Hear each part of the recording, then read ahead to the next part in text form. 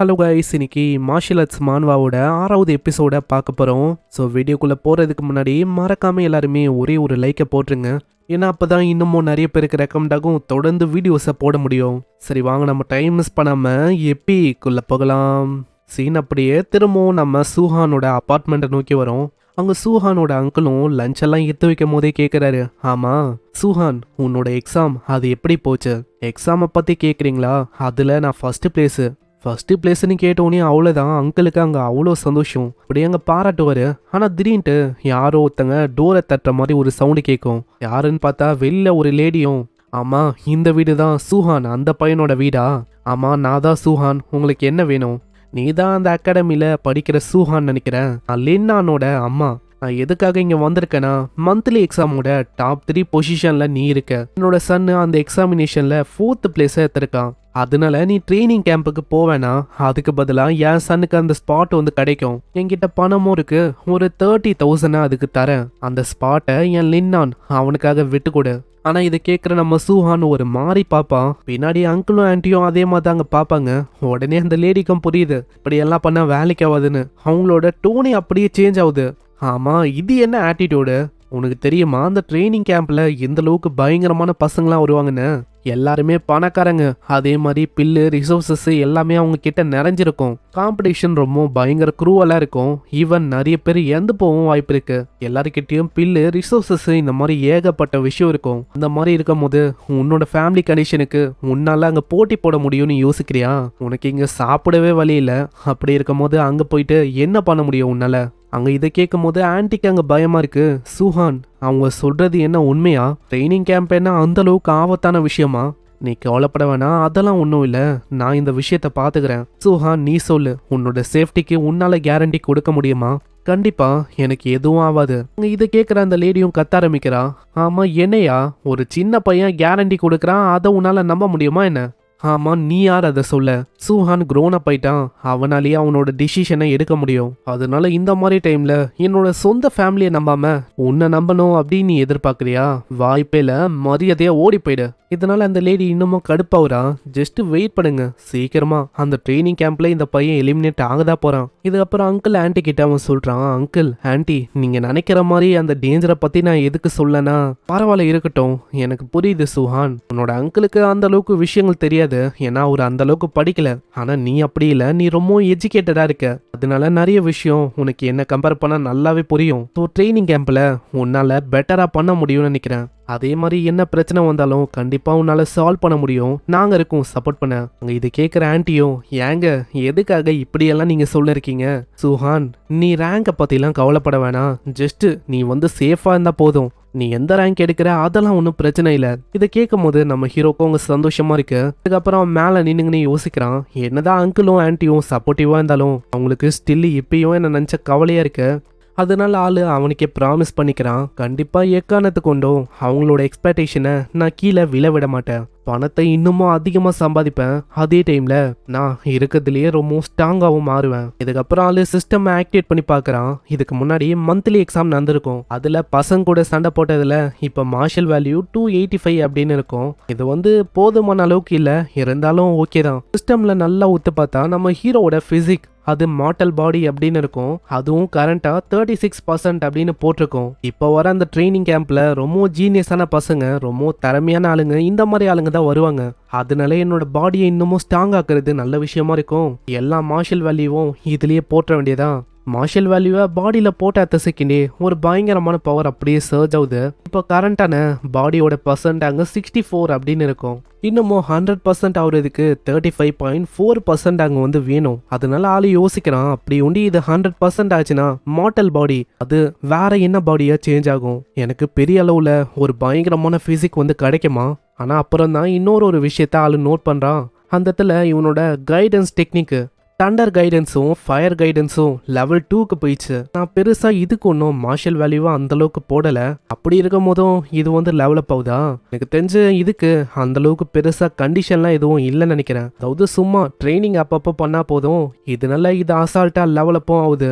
இப்போ இதுதான் விஷயம்னா என்னால தொடர்ந்து இந்த விஷயத்த பண்ண முடியும். ஜஸ்ட் இதே மாதிரி லெவலப் ஆக வேண்டியதான். ஏன்னா இதனால என்னோட பவர் இன்னமும் பயங்கரமா அதிகரிக்கும். இதுக்கப்புறம் அப்படியே காலையில ஆகுது. அந்த இடத்துல ஆளு ட்ரைனிங் பண்ணி முடிக்கிறான். அங்க வெற்றிகரமா நம்ம ஹீரோவோட தண்டரு ஃபயரு 2 எலமெண்ட்டும் லெவல் 3க்கு போகுது. இதுக்கப்புறம் அங்கிள் ஆண்டி கிட்ட ட்ரைனிங் கேம்புக்கு போயிட்டு வரேன் அப்படின்னு சொல்லிட்டு அவன் போக ஆரம்பிக்கிறான்.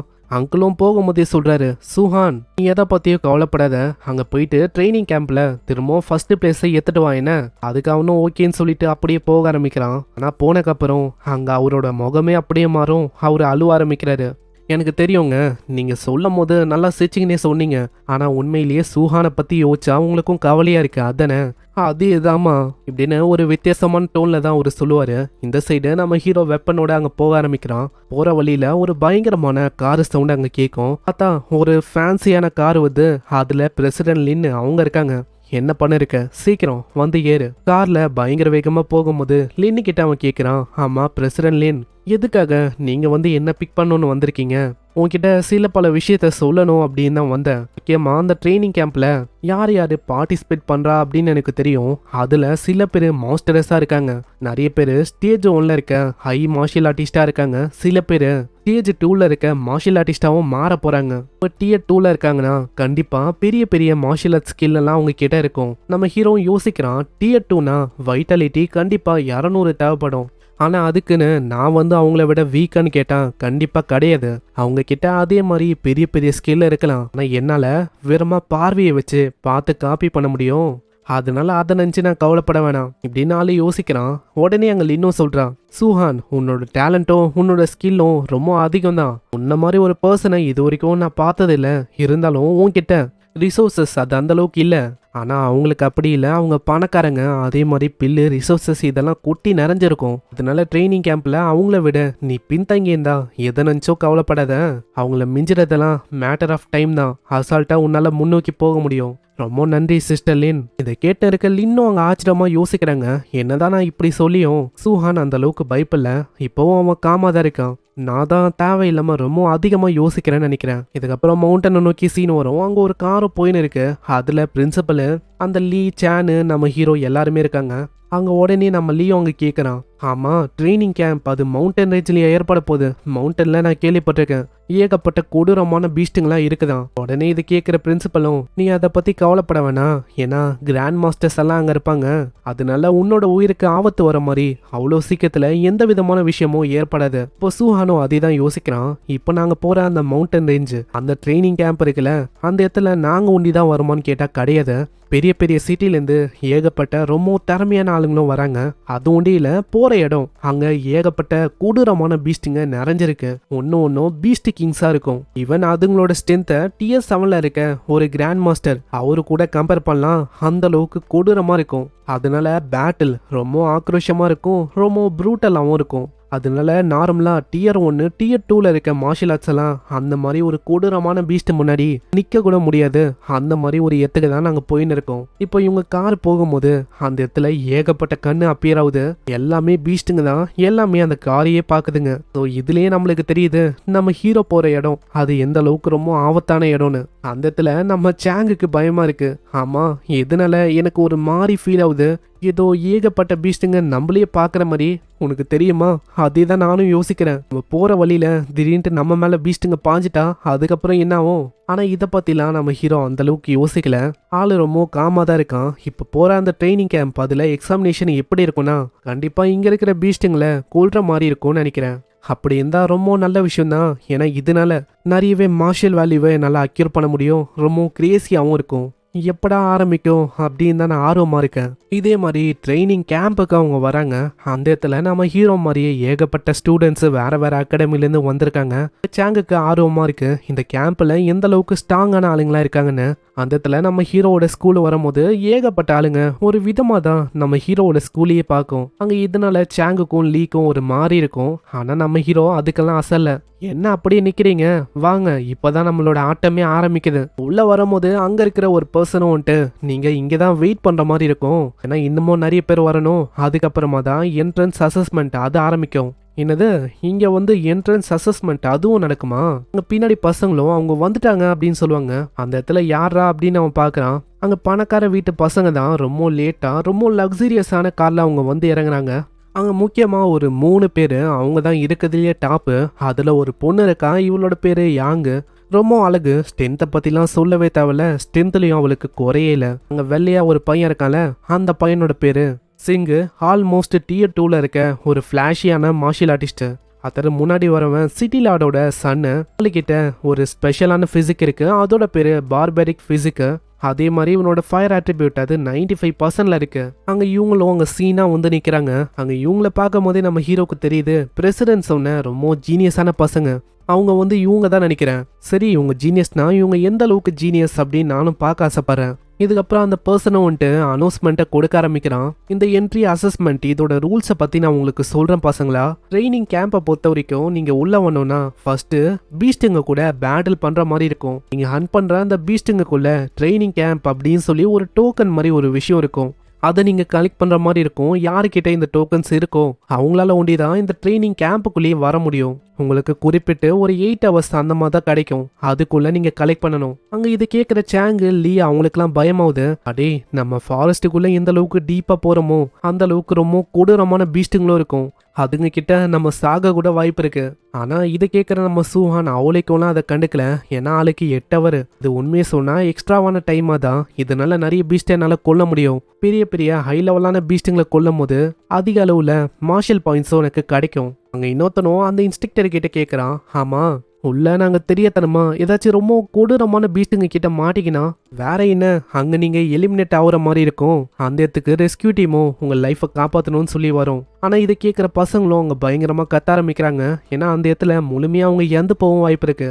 இதனால இது ஃபேரே இல்லை அப்படின்னு ஒருத்தவங்களும் சொல்ல உடனே அந்த இன்ஸ்ட்ரக்டரும், பசங்களா ஒரு விஷயத்த நல்லா யோசிங்க.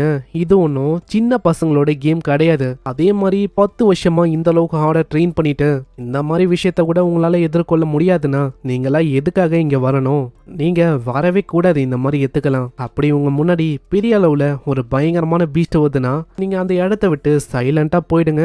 இதனால பிரச்சனையும் வராது. அங்க இதை கேட்கிற அங்க இருக்கிற ஒரு பையனும் சொல்றான். அவரு சொல்றதும் கரெக்ட் தான். எக்ஸாக்டா அதை தான் அவங்க பண்ணணும். அந்த அளவுக்கு அவங்க வீக்கா இருக்காங்க. சாகிறதுக்கு அந்த அளவுக்கு பயம் இருக்குன்னா எதுக்காக இந்த மாதிரி இடத்துல அவங்க டைமை வேஸ்ட் பண்ணணும்? பயந்து சாவுற ஒருத்தவங்களும் ட்ராஷ். ஏன்னா இந்த ட்ராஷிங்களுக்கு வேற வேலையே இல்லை. எல்லா நாளுமே பயந்து சாகும். இப்படி அங்க சொல்லும் போது இன்னொருத்தனுக்கு அங்க கடுப்பாவுது. ஆமா, திரும்பவும் அதை சொன்ன அவ்வளவுதான் பாத்துக்கோ. ஆமா, நான் சொல்லுவேன் என்ன இப்போ நீங்க கோலை, நீங்க எல்லாருமே ட்ராஷ். அப்படியே என் கூட சண்டை இன்னும் அப்படின்னு பார்த்துன்னு வச்சுக்கேன், இந்த இடத்துலயே உன்னோட காலு கை எல்லாத்தையுமே வச்சு போட்டுருவேன். பசங்களா, இந்த இடத்துல நீங்க சண்டையிடக்கூடாது. ஒன்ஸ் ட்ரைனிங் ஆரம்பிச்சக்கப்புறம் தாராளமா அந்த விஷயத்த நீங்க பண்ணலாம். அதே மாதிரி ஆப்பனண்டோட அந்த டோக்கன் அதையும் நீங்க பறிக்கலாம். அவங்கள அடிக்கிறது, அவங்க மேல கிரட்ஜ் வச்சுக்கிறது எல்லாத்தையுமே நீங்க வெளியில பண்ணலாம். அதுல எந்த விதமான பிரச்சனையும் இல்ல. அவ்வளவுதான். இது கேட்டோன்னே சில பேருக்கு அங்க மத்தவங்க மேல கிரட்ஜ் இருக்கும்ல, அதை காட்டணும்னு ரெடி ஆகுறாங்க. ஒரு சைடு நம்ம ஹீரோவும் யோசிக்கிறான், உண்மையை சொன்னா இப்படி சொல்லி நிறைய பேரை எலிமினேட் பண்ணணும் அப்படின்னு தான் அவங்க பாக்குறாங்களே. இந்த கேம்ப் ட்ரைனிங்கே என்கரேஜ் பண்ணு சண்டே இல்லைன்னு. சரி, இப்போ இத்தனை பேர் கூட நான் சண்டையிட்டா கண்டிப்பா மார்ஷல் பாயிண்ட்ஸும் அதுக்கேற்ற மாதிரியே ரொம்ப அதிகமாக கிடைக்கும். இதுக்கப்புறம் அந்த இன்ஸ்ட்ரக்டரும் டைமிங் ஆரம்பிக்குது. சீக்கிரம் 8 hour உங்களுக்கு கொடுக்கப்படும். சீக்கிரமா டோக்கனை கலெக்ட் பண்ணி பாஸ் ஆகுறதுக்கு வழியை பாருங்க. அந்த இடத்துல பசங்களும் ஓட ஆரம்பிக்கிறாங்க. ஒருத்தவங்களும் அவங்க சொல்றாங்க, இந்த எக்ஸாமினேஷனை நான் எப்படியாச்சும் பாஸ் பண்ணும் இப்படின்னு போட்டி ஆரம்பிக்குது. ஸ்டார்டிங்ல ஒரு 2 பேரும் அங்க சண்டையிட்டாங்கல்ல, சரி அவங்க 2 பேரை நோக்கி வரும். அங்க அவங்க 2 பேருக்கு இடையில திரும்ப அவங்க சண்டை ஏற்படும். பயங்கரமா ஃபிஸ்ட்டை வச்சு அவங்க தாக்கிக்கிறாங்க. அவங்க இப்படி அங்க தொடர்ந்து சண்டை போடும் போது இது எல்லாத்தையுமே மேல இருந்து நம்ம சூஹான் பாக்குறான். நானே இந்த ஜீனியஸ் இந்த பசங்களோட ஸ்ட்ரென்த்தை பார்க்கணும் அப்படின்னு வந்தேன். ஆனா உண்மையை சொன்னா இவங்க கிட்ட பெரிய அளவுல அந்த அளவுக்கு ஸ்ட்ரென்த் எல்லாம் இல்ல. அதே மாதிரி இவங்களை பீட் பண்ற மூலமா அந்த அளவுக்கு பெருசா மார்ஷல் வேல்யூவும் கிடைக்காது. அதுக்கு பெஸ்ட் பெரிய பெரிய பீஸ்ட்டை கொள்றது சரியான விஷயமா இருக்கும். சூஹான் அங்க பீஸ்ட்டை கொல்லலாம் அப்படின்னு போலாம் தான் இருப்பான். ஆனா அதுக்குள்ள அந்த சூட்டோட இருக்கிற அந்த பையன் அவன் புவரான ஃபேமிலியை பத்தி அங்க தப்பா பேசுறான். புவரான ஃபேமிலியிலேருந்து வந்த ஒரு ட்ராஷிங்கடா நீங்களா, உங்க ஃபேமிலியும் ட்ராஷு, நீங்களும் ட்ராஷு. என்னதான் மாங்குன்னு ஒரு மாடு மாதிரி உழைச்சாலும் கண்டிப்பா உங்களால முன்னுக்கே வர முடியாது. இந்த மாதிரி ஒரு ட்ராஷிங்க தாண்டா நீங்க, புவரான ட்ராஷிங்க. எப்படின்னா அடிக்கடி ஃபேமிலியை பற்றியும் புவரான கண்டிஷனை பற்றியும் அவங்க தப்பா சொல்ல நம்ம சூஹானும் ஒரு ஏழையான ஃபேமிலியிலேருந்து தான் வந்திருப்பான். இந்த மாதிரி விஷயங்களை கேட்கும் போது எப்படி என்னால் சும்மா இருக்க முடியும்? அதே மாதிரி ரெடிமேடா என் முன்னாடியே மார்ஷல் வேல்யூ சும்மா நிற்குது. அதனால இவங்களையும் ஒரு கை பாத்திர வேண்டியதான். ஹேய், நீங்களா சண்டை போடுறத கொஞ்சம் ஸ்டாப் பண்ண முடியுமா? நீங்க 2 பேரும் ஒண்டி சண்டை போடாம என் கூட கொஞ்சம் ப்ளே பண்ண முடியுமா? ஆமா, யாரா நீ? நீயும் இந்த பையனை மாதிரியே ஒரு புவரான ட்ராஷ்ன்னு நினைக்கிறேன். உடனே நம்ம சூஹானும் அவங்க சொல்றான், நீங்க 2 பேருமே மிஸ் அண்டர்ஸ்டாண்ட் பண்ணிக்கினீங்கன்னு நினைக்கிறேன். நீங்க 2 பேரும் சண்டை போறதை விட்டு டீம் அப் பண்ணி என்னை தாக்குங்க. அங்க இதை கேட்கிற அந்த பர்சனுக்கு கடுப்பாவுது. என்னது, உனக்கு அந்த அளவுக்கு தைரியமா? நீ இன்னைக்கு காலி. ஆனா அத்த செகண்டே ஓங்கி ஒரு அடி வயிற்றுலேயே விடுவான். இதனால அந்த பையனோட நிலைமைய மோசமாவுது. அடிச்ச அடியில ரொம்ப தூரமா போய் விழுவான். அந்த பையனால இன்னமும் அங்க யோசிக்க முடியல. எப்படி பாசிபிளி அவன்கிட்ட இந்த அளவுக்கு ஸ்ட்ரென்த் இருக்கும்? திடீர்னு நம்மால பின்னாடி வரான். அந்த வேகத்தை பார்த்து அவன் ஆச்சரியமாகறான். ஆனா அவனால தப்பிக்க முடியல. அந்த அட்டாக்கு மூஞ்சில விழ அவ்வளவுதான், ஆளோட நிலைமை மோசமாவுது. அந்த பையன் அங்க மயங்கி இருக்கும் போது அவங்க 2 பேரையுமே பார்த்துக்கினே அவன் சொல்றான், நீங்க 2 பேரும் ஒரு ஆர்டினரியான கல்டிவேட்டரை ரொம்ப தப்பா பார்த்தீங்கன்னா உங்க நிலைமை இப்படிதான் அங்க ஆகும். அங்க இதையும் ஒரு 2 பேர் பார்த்துக்கினே அங்க சொல்றாங்க, ஆமா இவன் யாரு, வந்தான் ஒரே அடியில பறக்க விட்டு போயினே இருக்கான்.